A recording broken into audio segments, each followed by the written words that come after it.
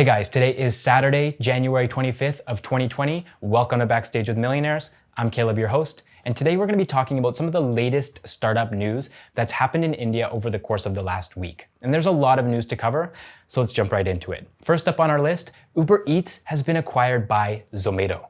Now, I don't know about you guys, but I never downloaded Uber Eats. I never used it once. I don't know anybody that did. It seems like everybody was always choosing between Zomato and Swiggy. So I don't know if you guys remember, but Uber Eats entered the market in 2017, and Zomato and Swiggy were already pretty well established at that time. And it seems like most Indian people had already chosen their platform, their food delivery platform of choice. And so Uber Eats just continued to lose money over the years up until today when they finally decided, listen, we're gonna cut our losses and we're gonna sell to Zomato.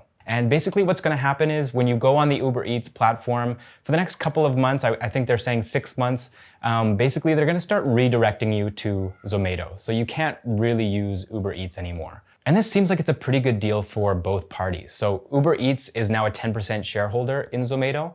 And then on top of that, they're walking away with $350 million, which is not too shabby.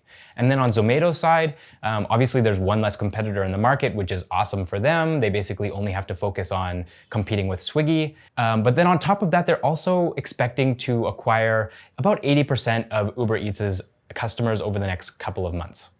All right, next up in the news, Amazon India has pledged to add 10,000 electric vehicles to its delivery fleet by 2025. Now, I'm pretty sure I speak for pretty much everyone watching this video, everybody in India, and probably everyone in the world, when I say that it's really exciting to see a company like Amazon taking steps like this. Finding ways to do your business in a more green, clean, sustainable way. It's really good for the environment, it's really good for us, it's really good for our future generations, and it's really exciting to see.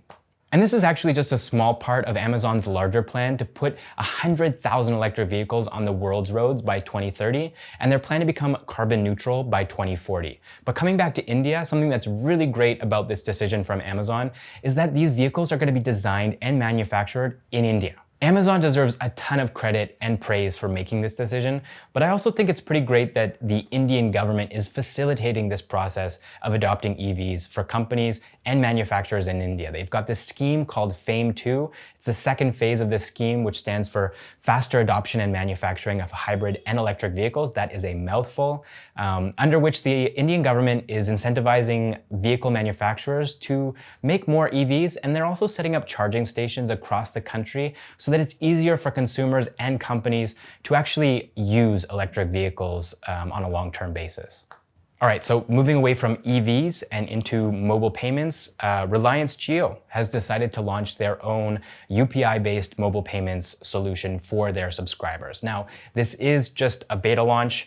There's only a couple of users that are actually able to use this mobile payment solution from Jio, but they're also saying that this is only going to be something that Jio subscribers can use. So you have a virtual payment address, a VPA, if you've been using UPI in the past.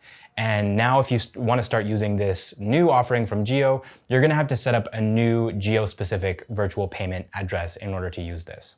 And this is a pretty big deal because up until this point, the biggest players in this space were PhonePe, Google Pay, and Paytm. And so now with Jio coming in with their 370 million subscribers here in India, these three big players might have a bit of competition. Obviously, it's going to take a little while for Jio to actually access some of these UPI users, but I mean, in December of 2019, there were actually more than 1.3 billion UPI transactions. So this is a huge opportunity for them, and I'm honestly surprised that they didn't do this sooner. All right, next up in the mobile payments news is something pretty unique and unusual. PhonePe is turning small neighborhood shops into ATMs. And basically the way that PhonePe is hoping that this is going to play out, and they're testing this out, by the way, in Delhi NCR with about 75,000 merchants, is that you go to your local neighborhood shop or any small shop across India with your phone and PhonePe installed. And basically you're going to be using this service instead of using an ATM, which As you probably know, ATMs are spread out across the country. They're pretty sparse. It's hard to find an ATM when you need one. And not only that, but they're sometimes broken, they're malfunctioning, maybe they're out of cash, maybe you can only withdraw banknotes in certain denominations, which can be pretty inconvenient. So PhonePe is basically helping, or it's going to be helping people to solve this problem. So you go to your local shop and you send them cash through PhonePe. You send them money, digital money through PhonePe, and they give you cash in exchange, which, I mean, I really hope that this takes off because that would be super convenient. There's so many more shops, these small local shops, than there are ATMs. So good for you, PhonePe. I really hope this works out for you because I think it'll benefit everybody in the country. All right, moving on to some funding news. Renew Power has raised $450 million through dollar bonds. Now, if you've been watching some of our other videos, we recently made a video about the top 10 Indian unicorns of the last decade, and Renew Power was on that list because they are the only clean tech startup in India that is a unicorn.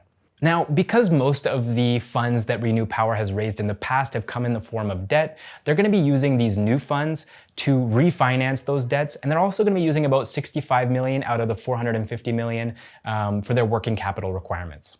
So with this latest round of funding, the total amount of money that Renew Power has raised over its lifespan adds up to $2.7 billion from investors like Asian Development Bank, the Canadian Pension Plan Investment Board, Yes Bank, and Goldman Sachs. Next up in the funding news is Bounce, which is a bike rental startup that just recently closed their Series D round at $105 million. Bounce raised this round of funds from a couple of different investors like Facebook co-founder Eduardo Saverin, B Capital, and Accel Partners. And thanks to this $105 million, they are currently halfway to becoming a unicorn. They're valued at $500 million. So for those of you who've never used Bounce or you've never even heard of Bounce, the company was founded back in 2014 and their service is now available in about 36 cities across India. They've got about 20,000 scooters spread out across the country. And basically what you do is you go up to a Bounce scooter with your phone and the Bounce app, and you're able to get an OTP and you plug that into the scooter and then you can sit down and drive it to any other part of the city. And then you can leave it wherever you want. You don't have to take it to a docking station. So it's a really easy way to get around affordably and conveniently. Next up in the funding news is Zoomcar, which is another self-driven vehicle company, not to be confused with a self-driving vehicle company. And they just raised $30 million from the Sony Innovation Fund as part of their $100 million Series D round. With this Series D round, Zoomcar is planning to more than 10x their fleet, from 9,000 vehicles to 100,000 vehicles. And they're also hoping to expand their offerings so that customers can rent their vehicles for longer periods of time, between 6 and 36 months. And again, for those of you who don't know much about Zoomcar, the company was founded back in 2013, and through their service, you're able to rent a car. They have a lot of different cars that you can rent, and you can drive their cars throughout India because their cars have all India permits. They're currently present in 45 cities across the country, and they've served about 4.8 million customers to date. All right, this next piece of funding news is something that I'm pretty excited about. Smart parking solutions startup Park Plus has raised $11 million in funds from Sequoia Capital and Matrix Partners India. Park Plus has only been around since July of 2019, but I really hope that their solution takes off because they are solving a massive problem that I have faced personally. I drive a scooter around Bangalore everywhere I go, and sometimes you see spots that look like they're valid parking spots, right? There's a lot of people parked there. There isn't a no parking sign. It's off of the main road, so it's not like you're blocking traffic. But then you come back and your scooter or your car or whatever vehicle you were driving is gone. It's been towed. And not only that, but there's no notice. There's no note. No one has said, come get your scooter at this place and bring this much money. It's very disorganized. It's very frustrating. And so Park Plus is aiming to solve this problem by allowing users to see where the parking spots in their city are through an app. You can then go to those parking spots and pay to use those parking spots through the app. And I'm not the only one who's really excited to see Park Plus's solution take off. In the past, they've raised funds from the founders of MakeMyTrip, Book My Show, Cred, and Snapdeal.